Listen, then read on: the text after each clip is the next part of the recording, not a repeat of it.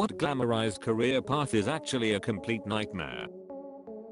Chef. Long hours, dangerous work environment, rampant substance abuse, crappy pay, unless you've been in it forever, cripples your social life because of the hours, and leaves you with being friends with the high-functioning alcoholic bartenders. I have a friend who's a very successful chef, and he always said, if you love cooking, just cook for friends.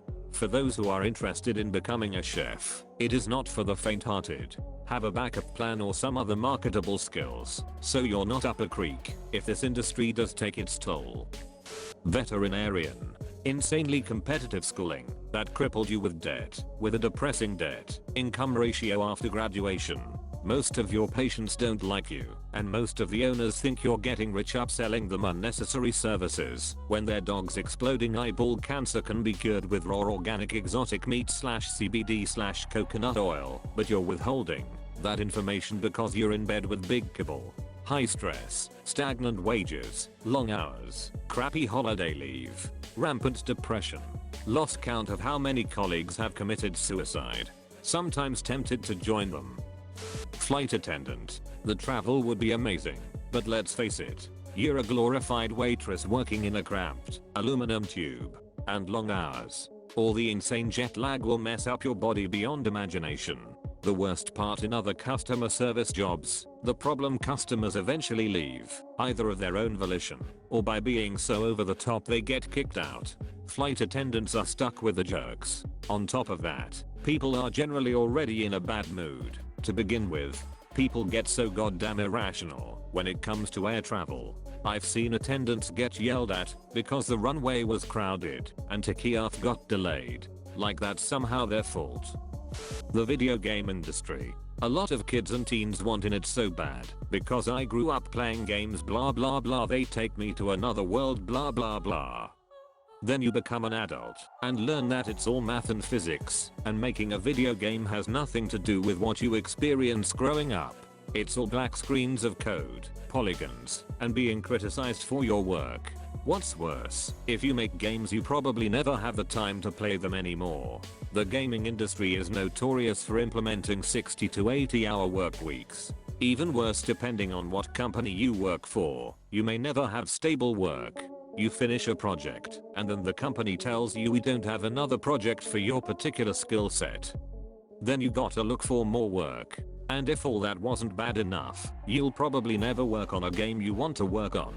All those big fancy games and indie darling on Steam are a very small fraction of what exists. Barber's Horse Adventure? Those people got degrees and we're inspired by the same games as you. Crappy Candy Crush knockoffs. Same degree and inspiration. Stupid tabletop games that you only see in the family section at Walmart. Those also utilize game designers / programmers. Don't get into video games because you like video games.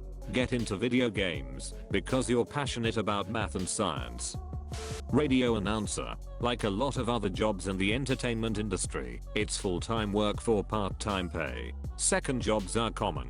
Your pizza delivery guy just may be your favorite morning show host.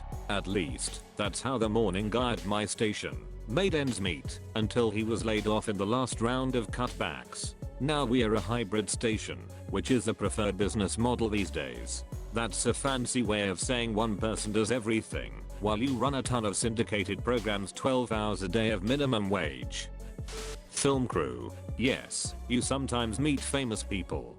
Sometimes they're cool, often they're not. The days are 14+ hours of work with a commute of who knows how long on either end, depending upon where you're shooting.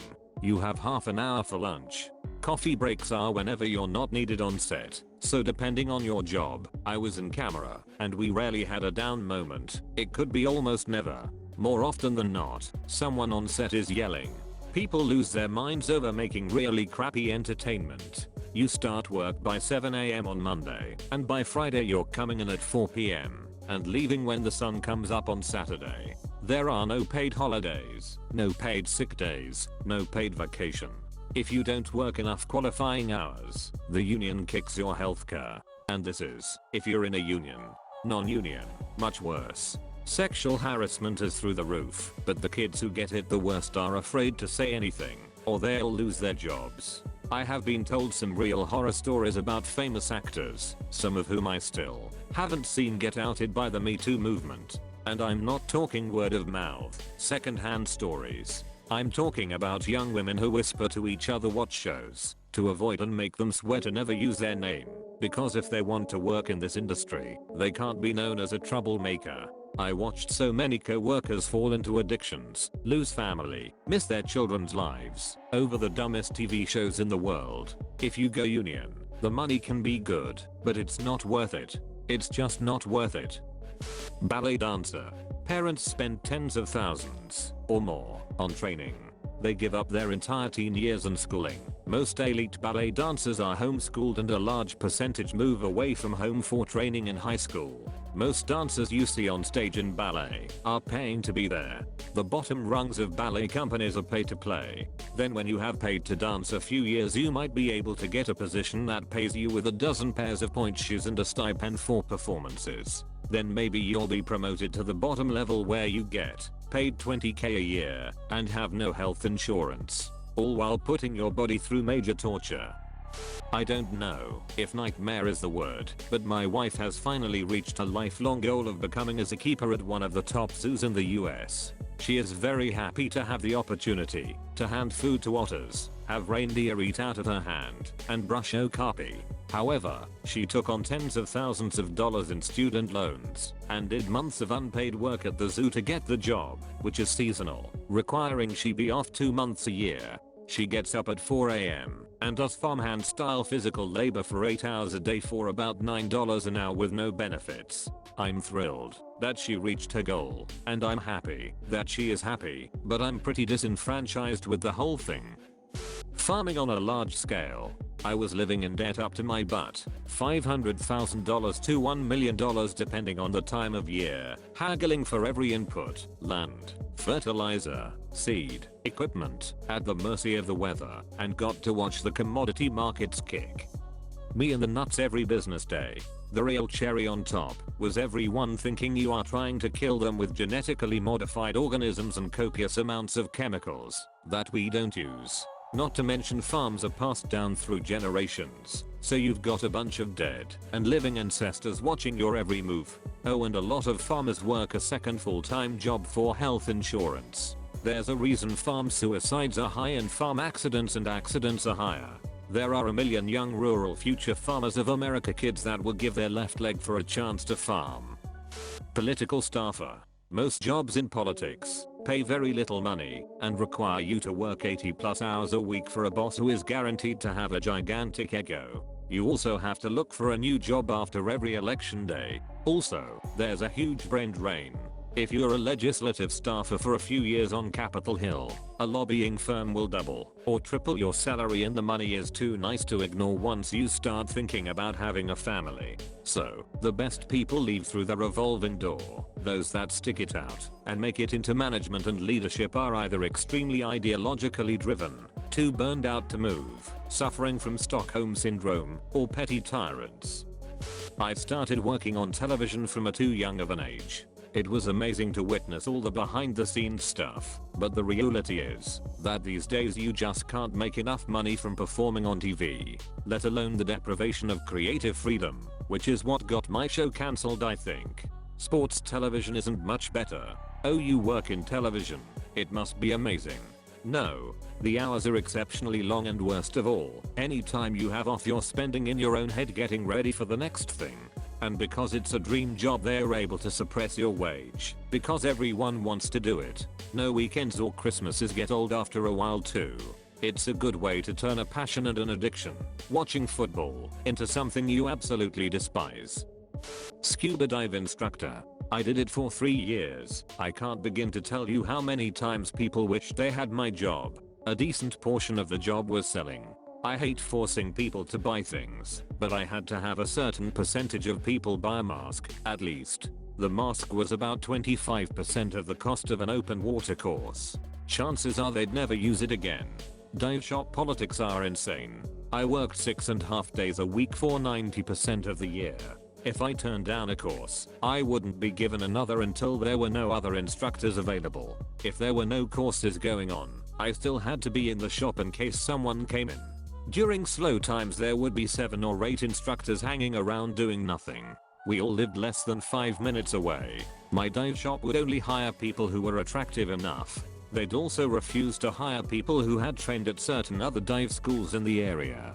The owners would go out of their way to be charming to the customers and then take the piss out of them as soon as they were out the door. The amount of responsibility is huge and nobody even thinks about it until you point it out. You're taking 4 people into a deadly environment and have to bring them back in the same state they went into it in. If something goes wrong you can lose your license or go to jail. Where I was working, these were pretty exclusively early to mid 20-year-olds. Not only that, but if someone you trained has an incident at a later date, you can also be investigated and possibly prosecuted. I was diving in 30 degrees Celsius, 86 degrees Fahrenheit, water. I constantly had an infection. Could be from a small cut, or my ears or my throat. It was constant. Long, very hard work days, 12-hour days were about the norm. I'd teach, be dragging around the tanks I was responsible for weighing 20 kilograms each as well as tons of other gear, and putting on my be happy around the customer's face whilst keeping them from dying. It's like a combo of retail and warehouse work. It also diluted my love of diving. Even when diving with professionals now I have a hard time not constantly being on alert, waiting for someone to do something stupid, rather than enjoying the dive. Pay as dog poop. It's an amazing job, but it turned my hair grey by 25. For all of you smart kids with an advanced degree from top 50 colleges, don't go into consulting. You can do better. Find a line of work that is not as soul-sucking and energy draining. Those frequent flyer miles in free hotels, whining, and dining in glamorous suits are just a smocker screen to cover up the misery from constant traveling. Networking, guaranteed overtime and no weekends are not worth it. Many people do it as a stepping stone to a real career, which is smart. Staying in consultancy for 5+ years will likely turn your life upside down. Architect is really bad. Most people don't complete it, and the mental health issues are quite serious. There's a lot of criticism and stress in the beginning, lots of late nights and hard work. At the end of the work, you get insulted in public. There's no real reason for this. You aren't going to be saving lives or anything. There's no need to make it so expensive either. So 3 years later, you get a degree and have to do a year of intern work. Then it's time for another year of study and projects and exams. Then 2 years of minimum wage work. Then you come back for more exams, essays, and projects. It's really too hard for what it is. I get paid very badly, and I don't really use any of my training. It was pointless really, but girls like it at parties. When I say I'm an architect, that's a lie. I don't go to parties, I have no social life. Investment banking. People talk about the fancy plane rides, expensive dinners, wild parties with your colleagues or a client. The reality of it is you're never truly off work, always on call like a surgeon. Works weeks are usually 60 to 100 hours and can be brutal if one follows another. It's more like working from 9 AM to 10 PM in office and then get home to work another bit and have any given presentation ready stat. I've gone all-nighters followed by client meetings where all I have time for is a quick shower and a 7-Eleven coffee. I'm a professional full-time voice actor. I'm blessed to be successful and happy, but about 99% of the voice actors I know are depressed most of the time. They are struggling hard to find work, wrestling with imposter syndrome, questioning if they should give up, and barely able to make rent. Particularly video game /anim/animation actors.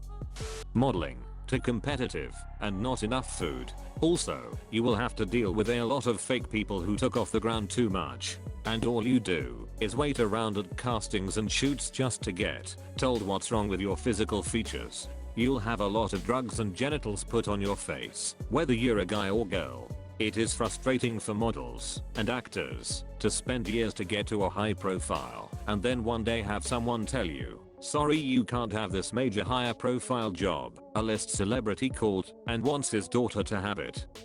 Non-profit sector.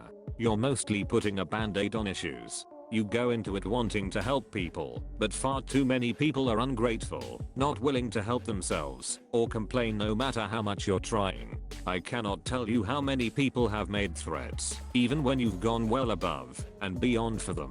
So many people abuse the system for freebies. I had people come in trying to get freebies who make over 100k a year. The pay is always crap, unless you're at the executive level. It is ridiculous how much executives make compared to the workers doing 90% of the work. The CEO of my organization makes well into the 6 figures, while we have to work 3 years to get a 3% raise on our low salary. They also devalue you constantly. You have people with master's degrees working entry-level positions being bossed around by some old lady with zero education, but who friends with the CFO or something. You're constantly working with a ramen noodle budget expected to come out with steak and lobster results. 9 out of 10 volunteers are only there because they are trying to get hours or a reference and complain a lot. You're constantly battling other non-profits, even if you're just trying to share resources. You can do completely different things and are just trying to refer clients back and forth so they can access all available resources, but they'll guard their clients like gold. The number of shady practices that occur as well. Inflation of numbers, total lies, etc. It is really sad how many places do nothing or very minimal, but are glamorized as doing good. Thanks for watching. If you liked this video, hit like, get subscribed, and tell us which career path is a nightmare in your opinion in the comment section, and support the original writers with upvotes. Links in the description box.